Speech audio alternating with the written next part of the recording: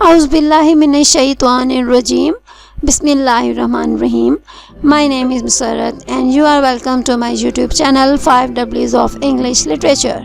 If you are new on my channel, then please subscribe my channel, like, comment and share my video to your fellows. Students, जैसे कि आपको पता है कि हम Alexander Pope की mock epic poem the rape of the lock को पढ़ रहे हैं। आज का लेक्चर शुरू करने से पहले प्रीवियस लेक्चर की समरी ले लीजिए। प्रीवियस लेक्चर में हमने कैंटो 2 की लाइन नंबर 249 से लेकर 290 में पढ़ा कि बेलिंडा का गार्डियन सिल्फ एरियल, जो कि एक एरी सिल्फ है, वो अपनी आर्मी को बेलिंडा के बोर्ड पर एड्रेस करता है और उनको बताता है कि बेलिंडा के साथ कोई हॉरिबल इवेंट, कोई अनहोनी होने वाली है, लेकिन उसे इस अनहोनी की डिटेल के बारे में कुछ नहीं पता, वो इसकी तफसील के बारे में नहीं जानता। इसके बाद एरियल इस इवेंट के बारे में गैस करता है, इस वाक़े के बारे में अंदाज़ा लगाता है। वो कहता है हो सकता है कि ये वाक़या ऐसा हो कि बेलिंडा लॉ ऑफ चैस्टिटी को तोड़ दे, यानी बेलिंडा के ऑनर पर कोई स्टेन लग जाए, या कोई नाजुक चाइना जार ज़मीन पर गिर जाए, उस पर एक क्रैक आ जाए, या ये हो सकता है कि बेलिंडा के ऑनर या उसके न्यू ब्रोकर्ड के ड्रेस पर स्टेन लग जाए, यानी बेलिंडा की इज्जत पर कोई धब्बा लग जाए, या उसके नए ब्रोकेड के ड्रेस पर कोई दाग लग जाए। एरियल इस इवेंट के बारे में फर्दर गैस करते हुए कहता है कि हो सकता है कि बेलिंडा अपनी प्रेयर्स को अदा करना भूल जाएगी, या फिर वो एक डांस पार्टी को मिस कर देगी, या ये हो सकता है कि बेलिंडा एक डांस पार्टी में अपना दिल या फिर अपना नेकलेस खो बैठेगी, या ये भी हो सकता है कि खुदाओं ने फैसला कर लिया हो कि बेलिंडा का पेट डॉग शॉक गिर जाएगा और उसको चोट लग जाएगी। इसके बाद एरियल एवरी क्रिएचर यानी सिल्व्स को मुख्तलिफ ड्यूटीज़ असाइन करता है और ये ड्यूटीज़ वो उनको उनके नेम्स के अकॉर्डिंग देता है, जैसे कि ज़ेफ्रिटा को बेलिंडा के फ्लटरिंग फैन, ब्रिलियंट को बेलिंडा के ड्रॉप्स यानी बेलिंडा के इयररिंग्स, मोमेंटला को बेलिंडा की वॉच और क्रिस्पिसा को बेलिंडा की हेयर लॉक की हिफाजत की जिम्मेदारी देता है। ड्यूटीज असाइन करने के बाद एरियल अपनी आर्मी को थ्रेट करता है, उनको डराता है कि अगर उन्होंने इस ड्यूटी को इग्नोर किया तो उन्हें इस बात की सख्त सज़ा मिलेगी। जब एरियल अपनी स्पीच ख़त्म कर लेता है तो उसकी आर्मी बोर्ड से नीचे उतर आती है और बेलिंडा की हिफाजत के अपना चार्ज संभाल लेती है। स्टूडेंट्स, आज के लेक्चर में हम the rape of the lock के कैंटो 3 को स्टार्ट करेंगे और लाइन नंबर 291 से लेकर 340 की ट्रांसलेशन और एक्सप्लेनेशन करेंगे। आज के लेक्चर शुरू करने से पहले हम प्रीवियस लेक्चर्स की कुछ बातों को रिवाइज करेंगे। जैसे कि मैंने आपको पहले बताया है कि ब्रिटिश लिटरेचर में the rape of the lock को पढ़ते हुए हम 3 बातों को कंसीडर करेंगे। Number 1, the rape of the lock by Alexander pope is a mock epic poem, क्योंकि इसमें सुपरनेचुरल मशीनरी को यूज़ किया गया है और कैंटो 2 में हमने देखा कि अलेक्जेंडर पोप ने रोल ऑफ सुपरनेचुरल मशीनरी को डिटेल से डिस्क्राइब किया है। Number 2, the rape of the lock को हम as a mirror to 18th century देखेंगे, क्योंकि जब हम इस पोएम को पढ़ते हैं तो हमें 18th सेंचुरी की English society, specially aristocratic society का एक ग्लिम्स मिलता है। नंबर 3, अलेक्जेंडर पोप की the rape of the lock को हम as a satire on contemporary society देखेंगे और अलेक्जेंडर पोप ने कैंटो 3 में इन दोनों एलिमेंट्स को डिटेल से डिस्क्राइब किया है। कैंटो 3 में बेलिंडा हैम्पटन कोर्ट में पहुंच चुकी है। उसके बाद लाइन नंबर है 291, close by those meads forever crowned with flowers where Thames with pride surveys his rising towers there stands a structure of majestic frame which from the neighboring Hampton takes its name. Meads, meadows, pastures, charaga, crowned. Crown वैसे ताज को कहते हैं, लेकिन यहाँ पर crown का मतलब decorated with, सजे हुए होगा। Structure, building, Hampton Court, a palace of Queen Anne. Surveys, to look, to view, जायज़ा लेना, देखना। मजिस्टिक, सबलाइम, अजीम, शानदार, शाहाना। Neighbouring Hampton, near by village, करीबी कस्बा। क्लोज नज़दीक, बाय दोज मेट्स उन चरागाहों के नज़दीक, for ever crowned with flowers, for ever हमेशा, क्राउंड सजी होती हैं, विथ फ्लावर्स जो कि हमेशा फूलों से सजी होती हैं, वो चरागाहें जो हमेशा फूलों से सजी होती हैं, वेयर टेम्स जहाँ पर दरिया टेम्स, विद प्राइड फ़ख्र के साथ, सर्वेस जायज़ा लेता है, हिज राइजिंग टावर्स अपने किनारे पर खड़ी हुई बिल्डिंग्स के बुलंदोबाला टावर्स का फ़ख्र से जायज़ा लेता है, उनको फ़ख्र से देखता है। There stands a structure of majestic frame, वहाँ पर majestic frame एक शाहाना ढांचे की a structure एक बिल्डिंग खड़ी है, which from the neighboring Hampton takes its name, जो कि करीबी कस्बे हैम्पटन से अपना नाम लेती है, यानी जिसका नाम करीबी कस्बे हैम्पटन से लिया गया है। उन चरागाहों के नज़दीक जो हमेशा फूलों से सजी होती हैं और जहाँ दरिया टेम्स फ़ख्र से अपने बुलंदोबाला टावर्स का जायज़ा लेता है, वहाँ पर शाहाना ढांचे की एक बिल्डिंग यानी हैम्पटन कोर्ट है और जिसका नाम करीबी कस्बे हैम्पटन से लिया गया है।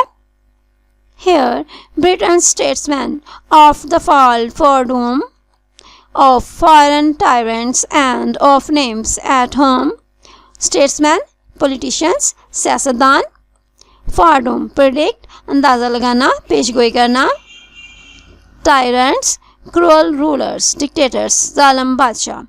हेयर ब्रिटेन स्टेट्समैन यहाँ पर बरतानिया के सियासतदान, ऑफ्ट अक्सर, द फॉल फार्डूम ज़वाल की बातें करते हैं, किन के ज़वाल की बातें करते हैं, ऑफ फॉरेन टायरेंट्स जो फॉरेन डिक्टेटर्स हैं, फॉरेन रूलर्स हैं, उनकी हुकूमतों के ज़वाल के बारे में प्रेडिक्ट करते हैं, पेशगोई करते हैं, end of names at home जो घरों में दुशीज़ाएँ हैं उनके बारे में बातें करते हैं। Here, thou great Anna, whom three realms obey, dost sometimes counsel take and sometimes three. Three realms, England, Scotland and Ireland. Great Anna, Queen Anne, dost all form of do. Counsel, deliberations. Here thou, यहाँ पर, Great Anna, अजीम मलका queen, whom three realms obey, जिसकी अतात तीन सल्तनतें करती हैं। Queen N 1702 से लेकर 1717 तक थ्री रेलम्स की क्वीन थी, यानी England, Scotland and Ireland Queen Anne के अंडर थे। अलेक्जेंडर पोप कह रहा है कि हैम्पटन कोर्ट में great Anna, Queen Anna, dost sometimes counsel take यहाँ आती थी और कभी कभी यहाँ वो मशवरा करने के लिए आती थी, एंड समटाइम्स टी और कभी चाय पीने के लिए आती थी। Students, be careful while using these lines as textual reference। यहाँ पर काउंसिल COUNSEL इसका मतलब डेलिब्रेशंस है, बहस करना, मशवरा करना, लेकिन अगर हम COUNSIL यूज़ करेंगे तो इसका मतलब एन एडमिनिस्ट्रेटिव बॉडी होगा, इसलिए आपने काउंसिल SEL के स्पेलिंग यूज़ करने हैं। Hither the heroes and the names resort to taste a while the players of a court in various talk the instructive hours they passed, who gave the ball and paid the visit last. Hither to this place, here यहाँ, resort to pass, to take rest, गुजरना, rest करना, instructive hours, beneficial hours. Hither यहाँ पर यानी Hampton Court में the heroes and the names resort, यहाँ पर मुख्तलिफ शख्सियात, सेलिब्रिटीज़ एंड द नेम्स और दोशीज़ाएँ रिजॉर्ट आती हैं और रेस्ट करती हैं, टू टेस्ट कि वो चख सकें, इंजॉय कर सकें, अवाइल कुछ देर के लिए, the pleasures of a court Hampton court के जो प्लेजर्स हैं, जो उनके खुशियाँ हैं वो यहाँ पर वो इंजॉय कर सकें। इन वेरियस टॉक मुख्तलिफ किस्म की बातों में, the instructive hours they past वो जो मुफीद घंटे होते हैं वो मुख्तलिफ किस्म की बातों में वो गुजारते हैं। यहाँ पर अलेक्जेंडर पोप इंग्लिश सोसाइटी पर सटायर कर रहे हैं कि इंग्लिश सोसाइटी जो है वो अपने जो मुफीद वक्त है, जो मुफीद घंटे हैं, वो मुख्तलिफ़ किस्म की बातों में, मुख्तलिफ़ किस्म की फजूल बातों में गुजारते हैं। और ये बातें कौन कौन सी हैं? हु गेव द बॉल, वो डिस्कस करते हैं कि पिछली जो डांस पार्टी थी वो किसने दी, और पेड द विजिट लास्ट, और सबसे पिछले और सबसे एंड पे आने वाला शख्स कौन था।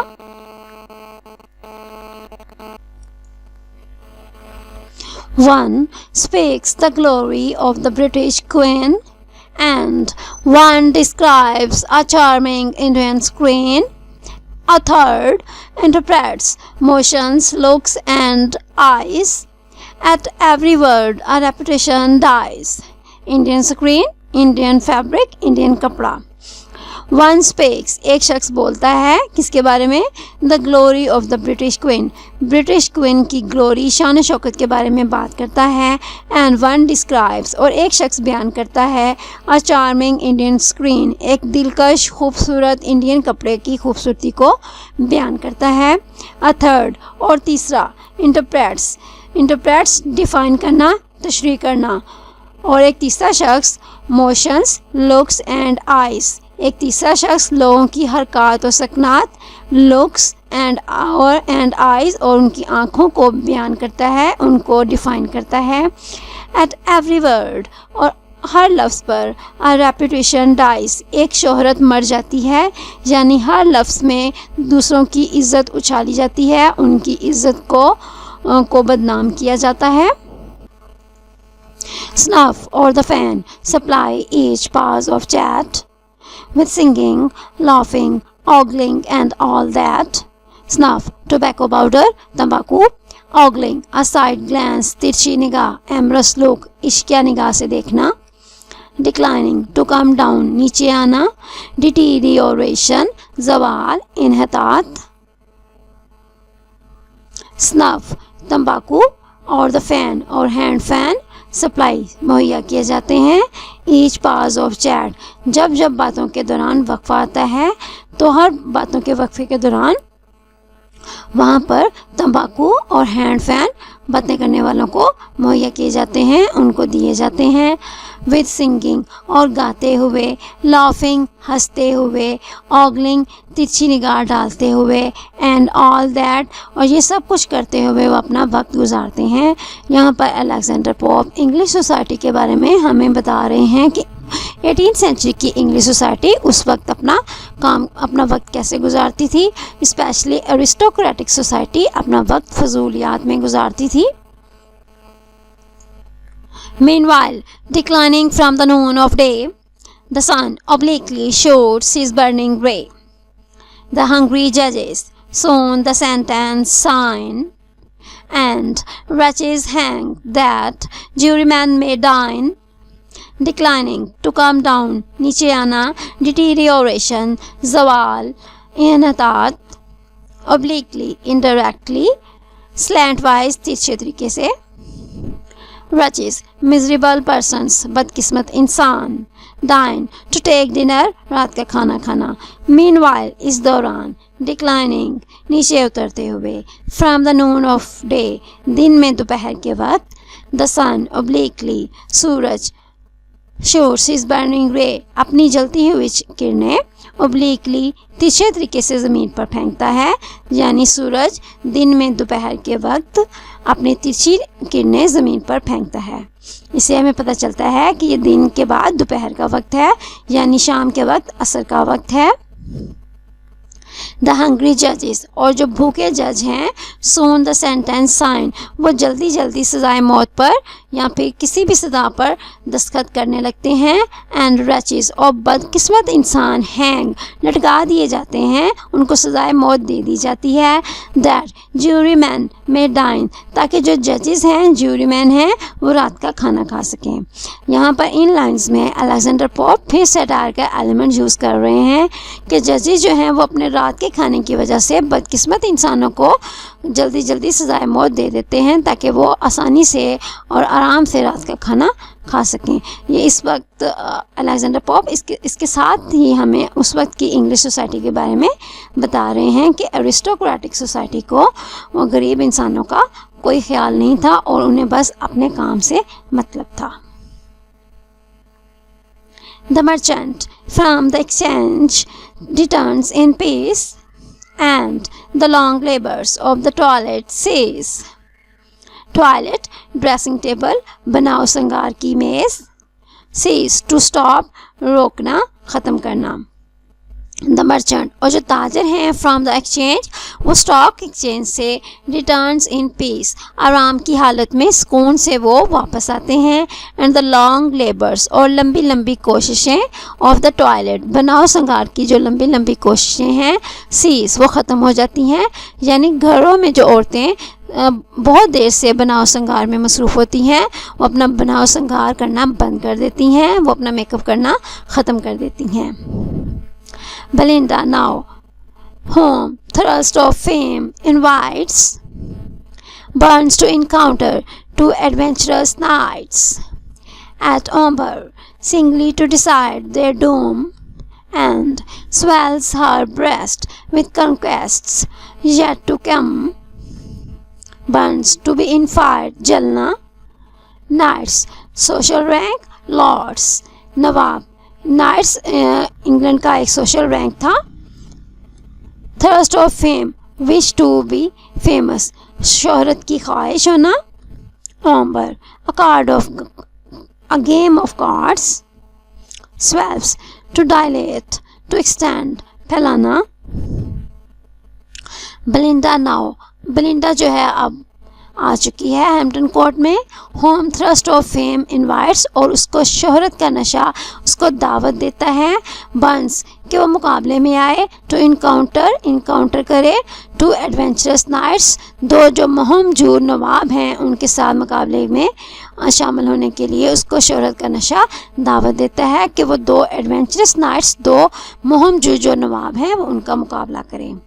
यहाँ पर हम फिर देख रहे हैं कि अलेक्जेंडर पोप इंग्लिश सोसाइटी पर सटायर कर रहे हैं कि उस वक्त जो इंग्लिश सोसाइटी में जो नाइट्स थे, जो नवाब थे, उनके लिए एडवेंचर क्या था कि वो अपनी टेबल्स पर कार्ड्स सजाएं और गर्ल्स के साथ ओम्बर की गेम खेलें।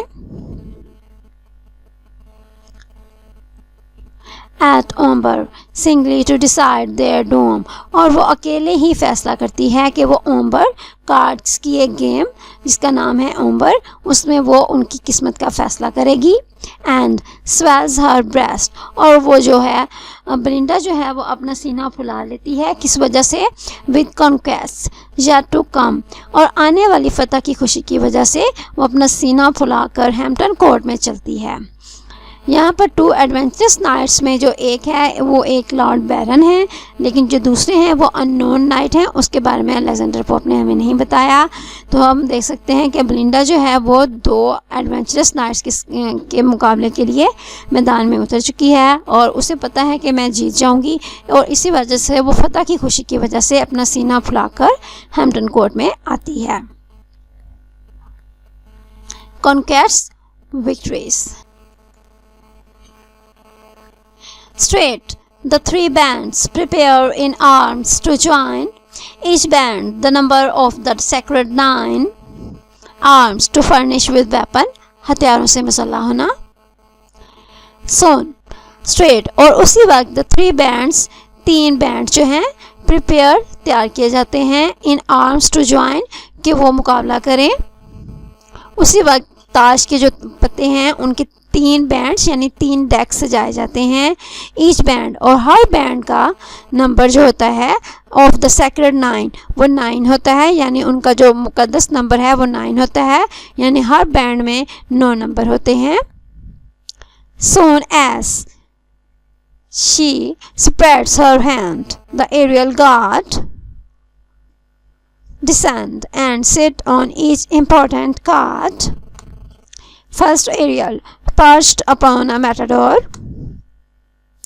then each according to the rank they bore, for selves yet mindful of their ancient race, or as when women wondrous fond of place, perched, sit on something, किसी चीज़ पर बैठना। matador, car name. Spanish में matador का मतलब एक कातिल होता है, स्लेयर होता है, लेकिन हम यहाँ पर मैटाडोर से मुराद कार्ड का पता ही लेंगे। माइंडफुल, अटेंटिव, मतवज्जो होना, होशियार होना, किसी चीज़ की तरफ निगाह रखना। वंडरस, फाउंड, ईगर, शौकीन। सोन, जैसे ही, as she spread her hand, जैसे ही ब्लिंडा अपना हाथ फैलाती है, यानी ब्लिंडा अपने हाथ में कार्ड्स पकड़कर अपने हाथों को फैलाती है, उनको खोलती है। द एरियल गार्ड, ब्लिंडा का जो प्रोटेक्टिव गार्डियन है, उसका गार्डियन सिल्फ है। डिसेंड, वो नीचे उतरता है। And sit on each important card, और हर अहम कार्ड पर बैठ जाता है। First Ariel perched upon a matador, सबसे पहले एरियल एक मैटाडोर के कार्ड पर बैठता है। देन ईच, और उसके बाद हर सिल्फ अकॉर्डिंग टू द रैंक, अपने अपने रैंक के मुताबिक। दे बोर, अपने अपने रैंक के मुताबिक कार्ड पर बैठ जाती हैं, यानी जो ज़्यादा इम्पोर्टेंट कार्ड होता है उस पर ज़्यादा रैंक वाली सिल्फ बैठती है, और जो कम इम्पोर्टेंट कार्ड होता है उस पर कम रैंक वाली सिल्फ बैठ जाती है। फॉर सिल्फ्स, क्योंकि sylph yet mindful of the ancient race, अपनी एंशिएंट रेस, अपनी कदीम नस्ल की तरफ निगाह रखती हैं, उनको अपनी कदीम नस्ल का पता होता है। और क्योंकि एज वन वीमन, क्योंकि जब वो औरतें थीं। वंडरस फॉन्ड ऑफ प्लेस, वो शान शौकत की शौकीन थी, यानी उनको रुतबे का पता था। हमें पता है कि सिर्फ जो थी जब वो लाइफ में थी, यानी वो ज़िंदा औरतें थीं, उस वक्त भी वो कॉकेट्स थी, यानी नखरे वाली औरतें थीं, उनको शान शौकत और रुतबे का पता था।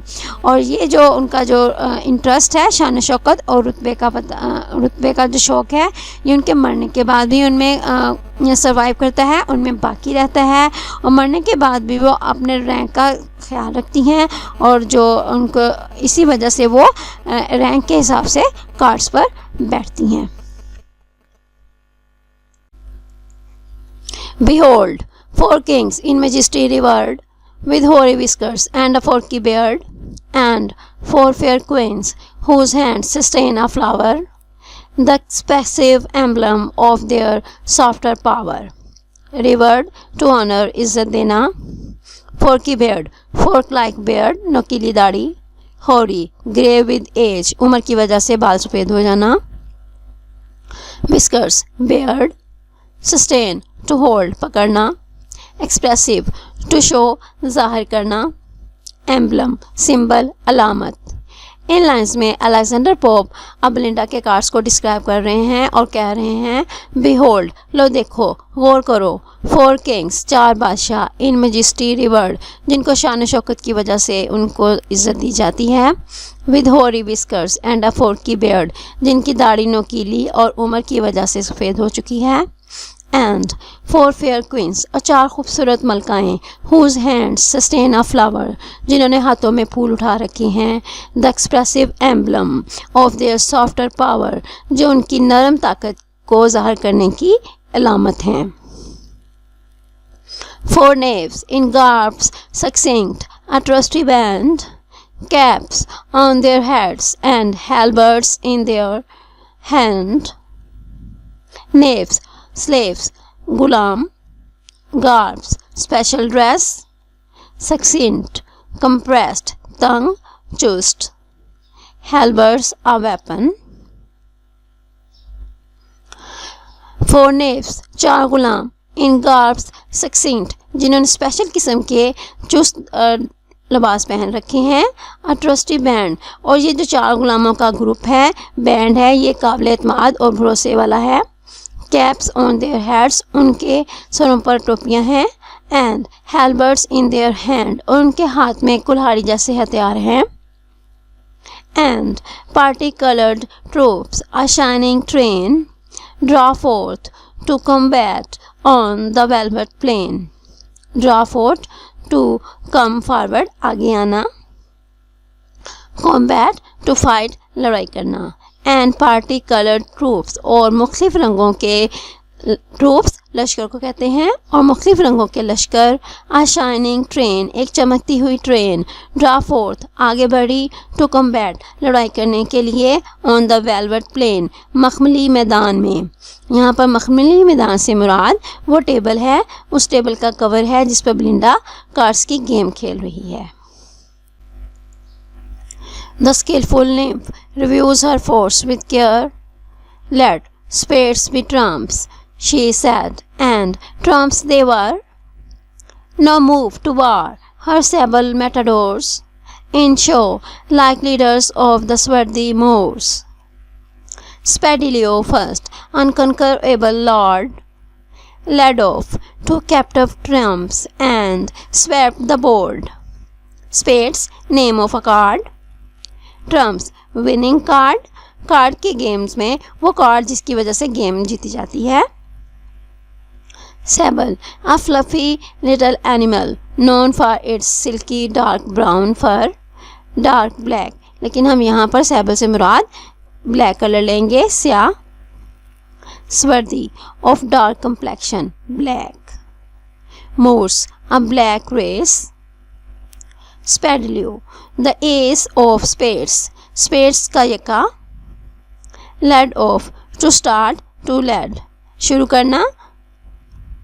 Captive, prisoner, कैदी. Swept, to clean, साफ कर देना. The skillful nymph, माहर दोशीज़ा यानी बेलिंडा ने रिव्यूज़ हर फोर्स, जायज़ा लिया अपनी ताकत का, विद केयर, एहतियात के साथ. बेलिंडा ने अपने कार्ड्स का एहतियात के साथ जायज़ा लिया और फैसला किया. लेट स्पेड्स बी ट्रम्प्स, कि स्पेड्स के जो पत्ते हैं वो ट्रम्प कार्ड होंगे. शी सेड, उसने कहा. एंड ट्रम्प्स दे वर, और उनको ट्रम्प बना लिया. Now move to war her सैबल matadors, अब जंग की तरफ उसका स्याह पत्ता मेटाडोर बड़ा आगे आया. इन शो लाइक, और उस शो में like leaders of the swarthy Moors, जो ब्लैक लोग होते हैं उनके लीडर्स की तरह वो आगे बढ़ा. स्पेडल्यू फर्स्ट, और जो मेटाडोर्स का पत्ता था स्पेडल्यू मेटाडोर्स का यका है. अनकंकरेबल लॉर्ड, उसने उस लॉर्ड की तरह जिसको शिकस्त ना दी जा सके वो आगे आया. Led off two captive trumps, और उसने अगले जो ओपोनेंट्स थे बेलिंडा के उनके दो कैप्टिव ट्रम्प्स उनको कैदी बना लिया. उनके जो ट्रम्प कार्ड थे उनको उसने फ़ौरन ही कैदी बना लिया. एंड स्वेप्ट द बोर्ड, और पूरी टेबल को उसने साफ़ कर दिया. यानी उसने अगले जो ओपोनेंट्स थे उनके ट्रम्प कार्ड्स को कैदी बना लिया और इस वजह से पूरी टेबल से पत्ते उठा लिए गए और बेलिंडा ये गेम जीत गई. स्टूडेंट्स, आज का लेक्चर ख़त्म हुआ. अगर आपको आज का लेक्चर पसंद आया हो तो प्लीज़ मेरे वीडियो को लाइक करें, शेयर करें और मेरे चैनल को सब्सक्राइब करें. Take care of yourself very much. अल्लाह हाफिज़.